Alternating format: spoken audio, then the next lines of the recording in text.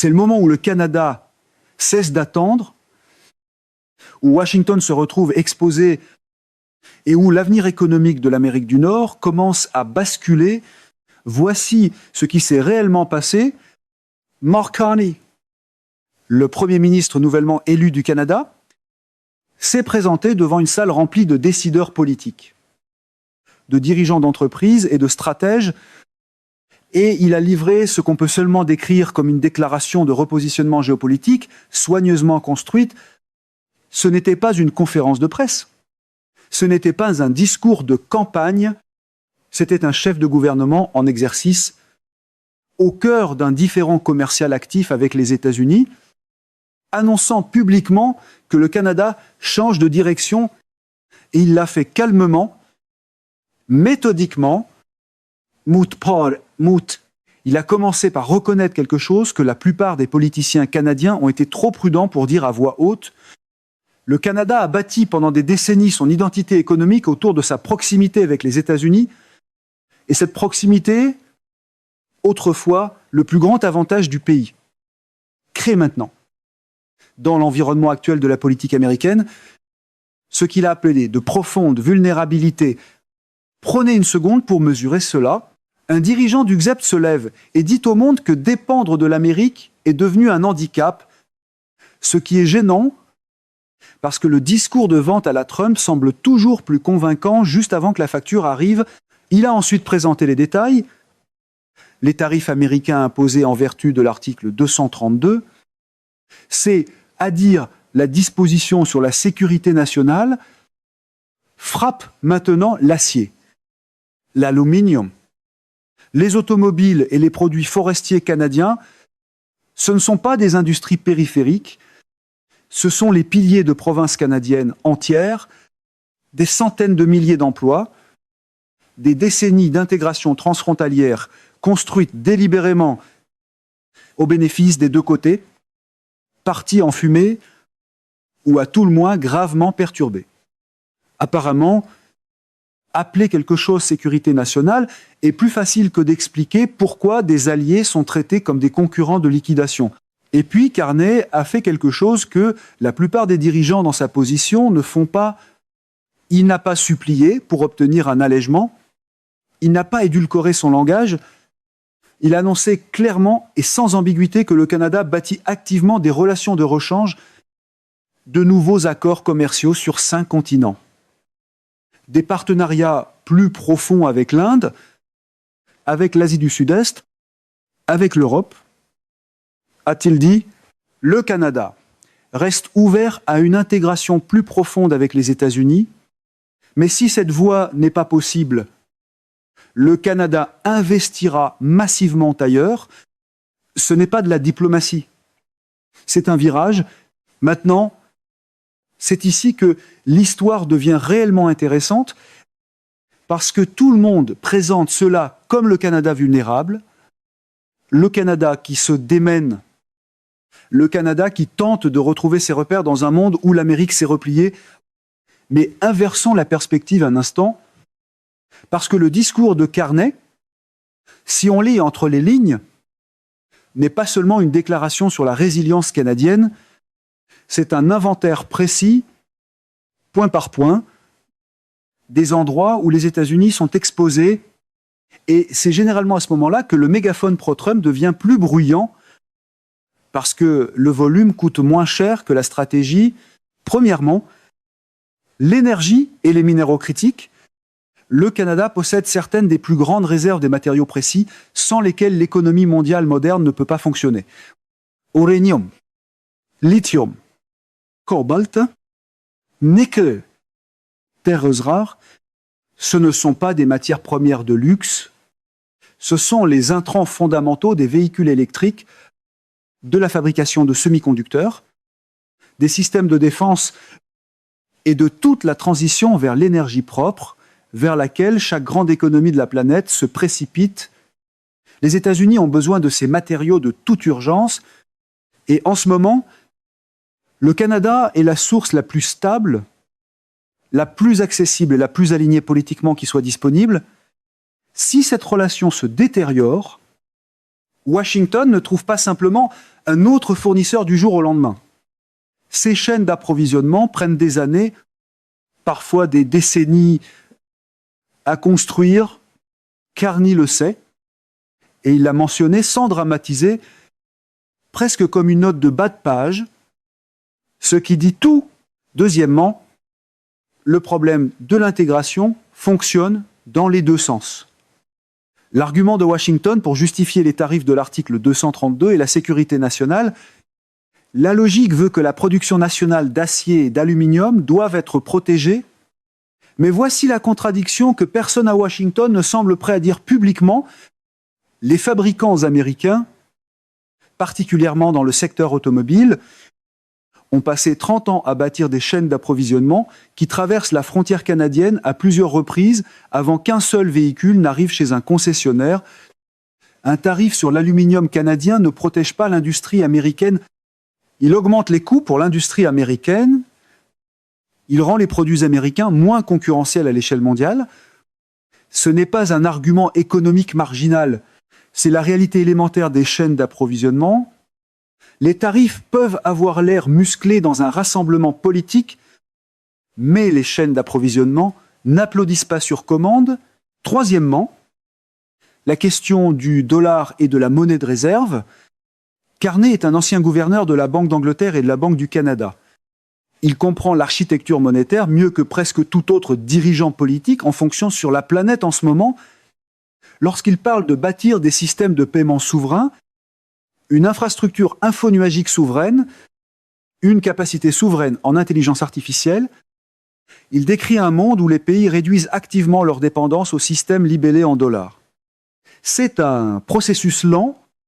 Cela ne se produit pas en un seul discours, ni en une seule année, mais la direction est claire et Carney n'est pas le seul à avancer dans cette voie.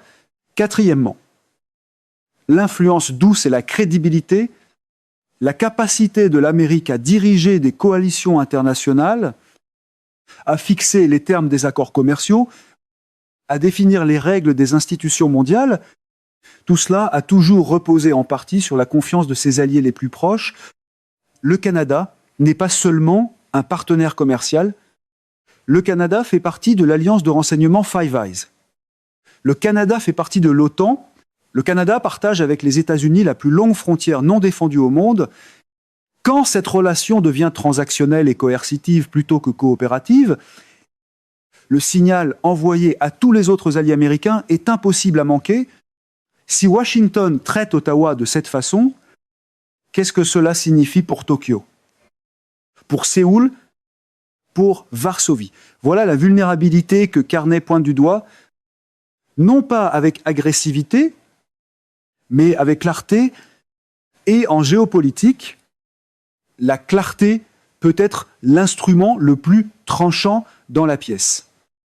Il se trouve que les Alliés se souviennent des pressions subies, même quand la conférence de presse appelle cela gagné. Maintenant, c'est la partie qui change tout. Jusqu'ici, le discours de Carney pouvait être classé comme un positionnement politique classique. Un dirigeant qui défend son pays, rassure son public national, joue le jeu. Mais un détail enfoui dans ce discours m'a frappé de plein fouet. Carney a annoncé que le Canada en est aux premières étapes de la création d'un fonds souverain. Relisez bien les Canada. Un fonds souverain, pour le contexte, les fonds souverains sont les instruments financiers des pays qui jouent sur le très long terme.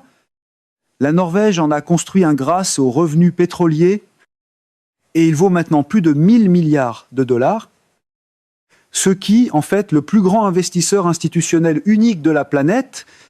Les États du Golfe en ont construit, Singapour en a construit, la Chine en a construit plusieurs. Ce ne sont pas des comptes d'épargne. Ce sont des instruments stratégiques. C'est ainsi qu'un pays transforme sa richesse en ressources naturelles, en levier géopolitique permanent. Et le Canada, assis sur d'immenses réserves d'énergie, de minéraux critiques, et sur l'un des environnements institutionnels les plus stables au monde, ne l'avait jamais fait jusqu'à maintenant Voici pourquoi cela compte précisément dans le contexte de ce différend commercial.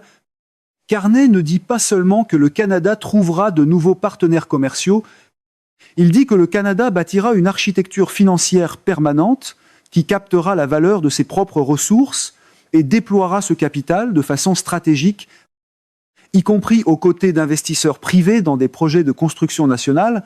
Il décrit un Canada qui cesse d'être un exportateur de matières premières et qui commence à agir comme un acteur économique souverain doté d'un bilan à long terme. C'est un changement structurel, pas un geste politique. Ce genre de planification est difficile à faire tenir sur une casquette de campagne, ce qui explique peut être pourquoi on continue de le sous-estimer. Et puis il y a le chiffre sur l'investissement étranger qui mérite beaucoup plus d'attention qu'il n'en a reçu. Carney a déclaré que l'investissement direct étranger au Canada se situe actuellement à plus du double du taux ajusté à la taille de l'économie de toutes les autres économies du G7. Si ce chiffre résiste à une vérification indépendante, cela signifie que la communauté mondiale des investisseurs vote déjà avec son capital. Elle regarde la base de ressources du Canada, sa stabilité institutionnelle, son état de droit, et elle fait un pari. Le pari ne porte pas sur la capacité du Canada à survivre à ce moment. Le pari porte sur la capacité du Canada à sortir de ce moment dans une position plus forte qu'à son entrée. Voilà le détail qui change entièrement le portrait. Voici ce que la couverture médiatique manque. La plupart des reportages sur ce discours se sont concentrés sur les chiffres du commerce, les tarifs, les mesures de représailles, les allers-retours entre Ottawa et Washington, etc. Sans être faux, regarde la surface de quelque chose qui va beaucoup plus loin. Ce que Carney décrit réellement, c'est une reconfiguration fondamentale de la façon dont les puissances moyennes pensent la souveraineté au vin, et une siècle, pendant la majeure partie de l'après-Seconde Guerre mondiale, la souveraineté signifiait les frontières, la capacité militaire et la reconnaissance diplomatique. Un pays était souverain s'il contrôlait son territoire, pouvait le défendre et avait un siège aux tables internationales. Cette définition a raisonnablement bien fonctionné pendant des décennies parce que l'infrastructure sous-jacente de l'économie mondiale, les systèmes financiers, les réseaux de communication, les réseaux énergétiques, les chaînes d'approvisionnement étaient soit contrôlés à l'échelle nationale, soit gérés par des institutions multilatérales stables. Ce monde n'existe plus, et Carney, plus explicitement que presque tout autre dirigeant en fonction, nomme ce qu'il a remplacé. Il a énuméré directement les nouvelles exigences de la souveraineté minéraux-critique, communication spatiale, infrastructure infonuagique souveraine, capacité en intelligence artificielle, système de paiement, énergie propre, fabrication de vaccins. Lisez cette liste attentivement. Chacun de ces éléments est actuellement dominé soit par les États-Unis, soit par la Chine, ce qui signifie que tous les autres pays de la planète, y compris le Canada, y compris chaque nation européenne, y compris le Japon, la Corée du Sud et l'Australie, fonctionnent actuellement avec un déficit de souveraineté dans l'infrastructure qui fait réellement tourner le monde moderne. C'est la conversation que la couverture médiatique grand public échoue constamment à mettre en avant parce qu'elle est plus lente qu'une annonce de tarifs. Elle ne tient pas dans un titre, mais c'est la conversation qui définira les 30 prochaines années de géopolitique, bien plus que n'importe quel différend commercial isolé. Et voici la partie que je trouve particulièrement significative. Carney ne présente pas cet argument depuis une position de faiblesse. Il le présente depuis une position d'avantage matériel inhabituel. Le Canada a l'énergie, le Canada a les minéraux, le Canada a la masse terrestre, l'eau douce, la capacité agricole et la stabilité institutionnelle qu'un nombre croissant de pays reconnaissent comme véritablement rares dans l'environnement mondial actuel.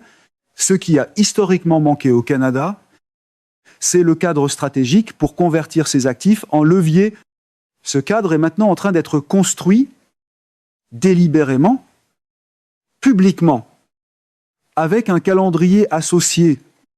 Le fonds souverain, la diversification commerciale, l'investissement dans la défense, la stratégie en intelligence artificielle, le modèle de partenariat autochtone pour le développement des ressources, ce ne sont pas des annonces politiques séparées, ce sont les composantes d'une seule architecture cohérente. Et le fait que cette architecture soit annoncée à Washington a l'intention d'un public américain, pendant un différend commercial actif, constitue en soi une forme de communication stratégique qui mérite beaucoup plus d'attention analytique qu'elle n'en a reçu. Carney ne demande pas de soulagement, il présente des conditions, et cette distinction compte énormément pour un mouvement qui adore le mot levier. Le camp Trump semble souvent surpris quand un autre pays apprend à s'en servir. Il est facile de parler de fonds souverains, d'architecture géopolitique et de chaînes d'approvisionnement en minéraux critiques, et de sentir que tout cela est très distant, très abstrait, comme quelque chose qui se passe dans des salles où la plupart des gens n'entreront jamais. Mais voici ce que cela signifie réellement pour les gens ordinaires des deux côtés de la frontière. Commençons par les consommateurs américains. Les tarifs de l'article 232 sur l'acier et l'aluminium canadien ne sont pas absorbés par les producteurs canadiens. Ils sont transmis à travers la chaîne d'approvisionnement. Les fabricants américains paient davantage pour leurs intrants. Ces coûts descendent ensuite vers l'aval. Ils apparaissent dans le prix des électroménagers, dans le prix des véhicules, dans le prix des matériaux de construction, dans le prix des infrastructures dont les communautés américaines dépendent chaque jour. L'industrie américaine de l'acier et de l'aluminium emploie environ 150 000 personnes. Les industries qui consomment l'acier et l'aluminium comme intrants emploient approximativement 5 millions de personnes. Quand on augmente les coûts pour les 5 millions afin de protéger les 150 000, le calcul devient inconfortable. Ce calcul est tout. Il ne devient pas patriotique simplement parce que quelqu'un le prononce dans un micro. Maintenant, regardons le côté canadien. Les communautés de l'Ontario, du Québec et de la Colombie-Britannique qui ont bâti leur identité économique autour de chaînes d'approvisionnement nord-américaines intégrées font face à une véritable perturbation structurelle. Ce ne sont pas des statistiques abstraites, ce sont des travailleurs de l'automobile à Windsor, des travailleurs de l'acier à Hamilton, des travailleurs forestiers dans le nord de la Colombie-Britannique, des gens dont les moyens de subsistance ont été bâtis sur un modèle d'intégration transfrontalière qui a pris des décennies à construire et qui est maintenant démantelé en temps réel. La réponse de Carney à cela est le programme de formation dans les métiers spécialisés, 100 000 nouveaux travailleurs qualifiés sur 5 ans. La logique est que si l'ancien modèle économique se défait, le pont vers le prochain doit être construit délibérément avec des investissements publics et avec une voie claire pour les personnes actuellement prises dans la transition. C'est le bon réflexe.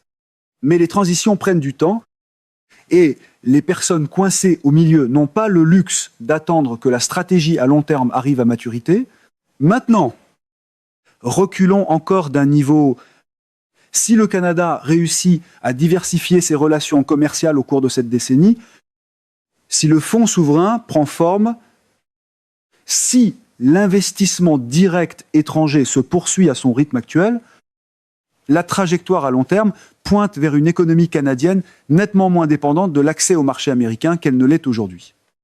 Pour Washington, ce n'est pas un résultat neutre. Un Canada moins intégré aux États-Unis est un Canada moins aligné par défaut sur les priorités stratégiques américaines, non pas par hostilité, simplement par la logique des flux de capitaux et de l'approfondissement des partenariats. Cette dérive structurelle, une fois amorcée, est très difficile à inverser et elle a déjà commencé. Une politique commerciale conçue pour les applaudissements peut quand même produire des conséquences qui durent longtemps après l'extinction des projecteurs du rassemblement. Pour comprendre pourquoi ce moment est important, l'histoire compte, le Canada et les États-Unis entretiennent la plus grande relation commerciale bilatérale au monde, deux pays qui partagent une frontière de près de 9000 km, deux économies si profondément liées que pendant des décennies, il était véritablement difficile de dire où l'une se terminait et où l'autre commençait. Cela ne s'est pas produit par accident, cela a été construit délibérément par le pacte de l'automobile de 1965, qui a intégré les industries automobiles des deux pays dans un seul système continental par l'accord de libre-échange de 1988, qui a été l'une des décisions les plus lourdes de conséquences et les plus douloureuses politiquement de l'histoire moderne du Canada, puis par l'ALENA en 1994, qui a étendu cette intégration au Mexique et est devenu le modèle de toute une génération d'architecture commerciale. Chacun de ces accords a été contesté. Chacun d'eux a obligé les dirigeants canadiens à faire valoir que l'intégration plus profonde avec les États-Unis servait l'intérêt à long terme du Canada. Et pendant des décennies, cet argument a tenu parce que le marché américain était stable, prévisible et fonctionnait dans un cadre fondé sur des règles sur lesquelles le Canada pouvait compter. Ce qui a changé, ce n'est pas la taille du marché américain, c'est sa prévisibilité. Lorsqu'une entreprise canadienne prend une décision d'investissement sur 30 ans en se fondant sur un accès sans tarif aux clients américains, elle prend cette décision sur l'hypothèse d'une continuité institutionnelle.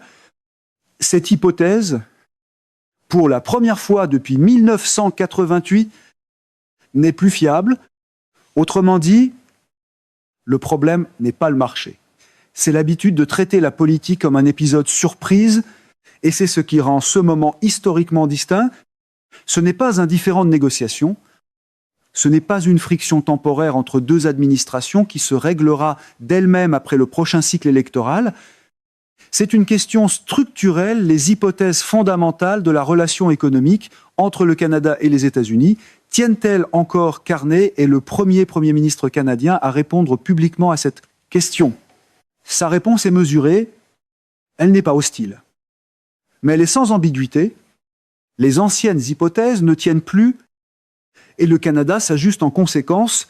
Alors, où cela mène-t-il maintenant? Parce que c'est la question qui compte vraiment.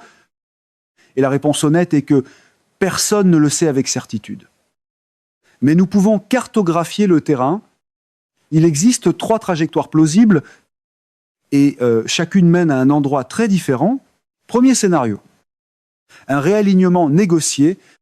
Dans ce scénario, les frictions commerciales actuelles servent de catalyseur à une renégociation sérieuse des termes de l'intégration nord-américaine. Les deux parties reviennent à la table, non pas pour restaurer l'ancien modèle, mais pour en bâtir un nouveau qui reflète l'environnement stratégique actuel, un cadre de type forteresse Amérique du Nord, comme Carney l'a explicitement décrit, concentré sur des secteurs précis où l'intégration continentale crée un véritable avantage mutuel, minéraux critiques, énergie propre, chaîne d'approvisionnement de défense, fabrication avancée. C'est le scénario qui sert le mieux les deux pays sur le plan économique. C'est aussi le scénario qui exige le plus de volonté politique de la part de Washington. Et la volonté politique, dans l'environnement américain actuel, est la ressource la plus rare dans la pièce. Deuxième scénario, une divergence maîtrisée. Dans ce scénario, le différend tarifaire ne s'aggrave pas davantage. Mais il ne se règle pas non plus. Il persiste, tout simplement. Et dans cette incertitude persistante, les entreprises canadiennes, les investisseurs canadiens et les décideurs politiques canadiens poursuivent la stratégie de diversification que Carney a déjà mise en mouvement lentement, progressivement. L'économie canadienne se réoriente, de nouveaux corridors commerciaux se renforcent, le fonds souverain prend forme, l'investissement étranger continue d'entrer, les deux économies restent connectées mais la relation devient moins centrale dans l'identité stratégique du Canada qu'elle ne l'a été au cours des 60 dernières années. C'est le scénario de la dérive lente. Il n'a rien de spectaculaire, il ne fait pas les manchettes, mais il peut être déjà en cours. La dérive lente est exactement le genre de chose que la politique bruyante ne remarque qu'après avoir perdu le quai de vue. Troisième scénario, un découplage accéléré. Dans ce scénario, le différend commercial s'intensifie, nouveaux tarifs, mesures de représailles, détérioration politique. Les chaînes d'approvisionnement intégrées qui ont pris des décennies à construire sont perturbées plus vite que l'un ou l'autre côté ne peut l'absorber. Les travailleurs canadiens subissent une douleur importante à court terme. Les consommateurs américains font face à des hausses de prix significatives et les dommages causés au cadre plus large des relations entre alliés, dont Washington dépend pour son leadership mondial, deviennent assez graves pour apparaître comme un coup stratégique. C'est le scénario que personne, dans l'une ou l'autre capitale, ne veut publiquement. C'est aussi le scénario qui devient plus probable à mesure que la trajectoire actuelle se poursuit sans négociation sérieuse. Voici ce que je veux que vous reteniez. Carney a déjà choisi sa direction. Le fonds souverain, la diversification commerciale, l'investissement dans la défense, les nouveaux partenariats.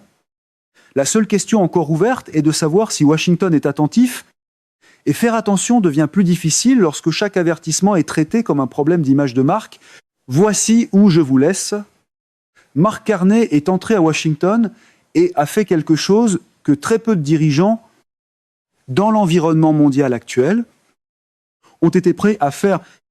Il a dit la vérité clairement, sans détour, sans le rembourrage diplomatique habituel qui rend les discours politiques si faciles à ignorer. Il a dit que l'ancienne relation est en train de changer. Il a dit que le Canada s'adapte.